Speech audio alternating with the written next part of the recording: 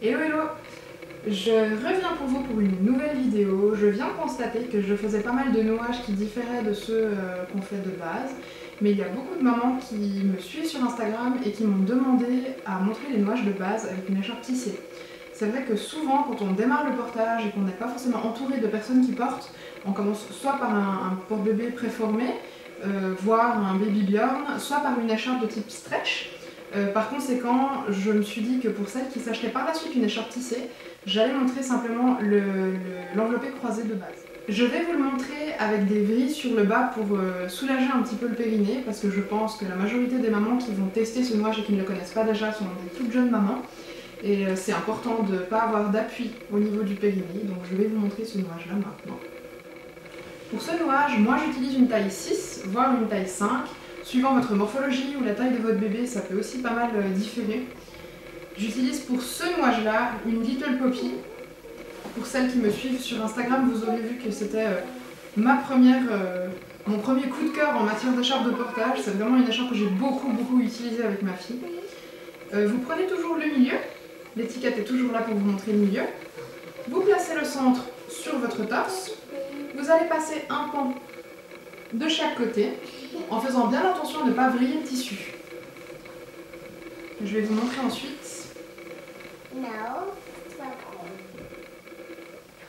Voilà. Mon tissu est plat derrière, il faut bien faire attention à ce que ça le reste. Vous allez ensuite prendre le haut de votre écharpe, faire une corde, la laisser simplement par là, et puis serrer un petit peu pour ne pas avoir trop de mou au moment d'installer votre bébé. Là, je suis prête, je peux aller chercher mon bébé. Et voilà, vous pouvez poser le ventre de votre bébé sur votre épaule, avec toujours une main dans son dos. Vous placez une main sous la corde, vous venez chercher ses petits pieds et vous les mettez à l'intérieur de la corde.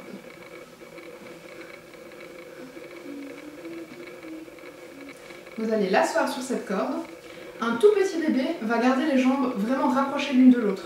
Un plus grand bébé va se mettre lui-même dans la position qui lui semble confortable. C'est-à-dire que mon bébé, qui a 3 mois et qui a un très grand gabarit, va de lui-même écarter un petit peu les jambes. Un tout petit bébé va rester en grenouille et devra avoir les genoux qui sont au niveau du nombril. C'est aussi le cas avec un enfant de 3 mois, simplement il a les jambes qui sont un peu plus écartées. Vous pouvez lui placer les mains au niveau du visage. Oui. Vous faites bien attention à ce que la position soit déjà au maximum juste. Ça vous évitera ensuite, après le serrage, de vous embêter à devoir refaire. Hop, il me vomit dessus, je reviens. Je reviens avec une tache de vomi, mais c'est pas grave. Faites comme si vous avez rien vu, je vous en remercie. Vous allez prendre le haut du pan qui se trouve sous les fesses et le tirer en laissant une main sous ses fesses jusqu'au niveau de sa nuque. Vous n'avez pas envie de laisser tes bras à l'intérieur. Hein. Et voilà. Avec un tout petit bébé, ce qui est assez agréable à faire, c'est de plier le haut de l'écharpe 2 fois. En faisant bien attention à ce qu'elle soit toujours sous la nuque. Ça fait une petite tension en plus au niveau de la nuque et ça facilite le serrage. Vous allez ensuite prendre un des côtés et vous allez faire un serrage pli par pli. C'est-à-dire, on tire, on vient prendre 10 cm plus loin, on tire, et vous allez faire ça tout le long de l'écharpe. J'ai fait un côté, je vais le tenir avec la main et placer ma main sous ses fesses pour avoir en même temps le maintien de ses fesses et en même temps le maintien du serrage que je viens de faire. Comme ça, ça ne bouge pas. Et je vais faire le serrage avec mon deuxième côté. N'hésitez pas à bouger un petit peu l'épaule, ça paraît tout bête, mais ça aide vraiment au niveau du serrage. Mon serrage est terminé, vous pouvez voir que la position convient. Ensuite, pour un tout petit bébé, ce que vous allez faire, c'est que vous allez placer chaque pan sous ses fesses et vous allez faire 2 à 3 vrilles, c'est-à-dire tourner l'écharpe 1, 2 et 3 fois. 2 fois, c'est amplement suffisant.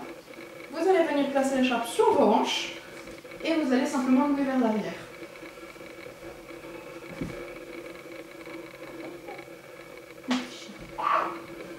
Vous pouvez ensuite prendre l'écharpe et repasser bien ses genoux au creux de cette écharpe.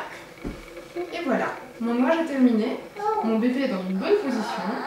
Il est moyennement content parce qu'il vient de vomir, mais c'est pas grave. Il est bien maintenu au niveau de la nuque. D'ailleurs, il y en a plusieurs qui se posaient la question, à savoir est-ce qu'on peut ajouter un pan sur la tête de bébé. C'est très déconseillé parce qu'il faut vraiment qu'il ait les voies respiratoires dégagées et qu'il puisse tourner la tête à sa guise. Mais si vous mettez bien l'écharpe jusqu'à sa nuque, donc jusqu'au bas de ses oreilles, et que la colonne vertébrale est bien maintenue, même si vous vous penchez en avant, sa tête va rester dans le même axe. Du moment où votre serrage est bien fait, il n'y a vraiment aucun risque. Aucun risque du tout, sa tête ne bouge pas. Et voilà.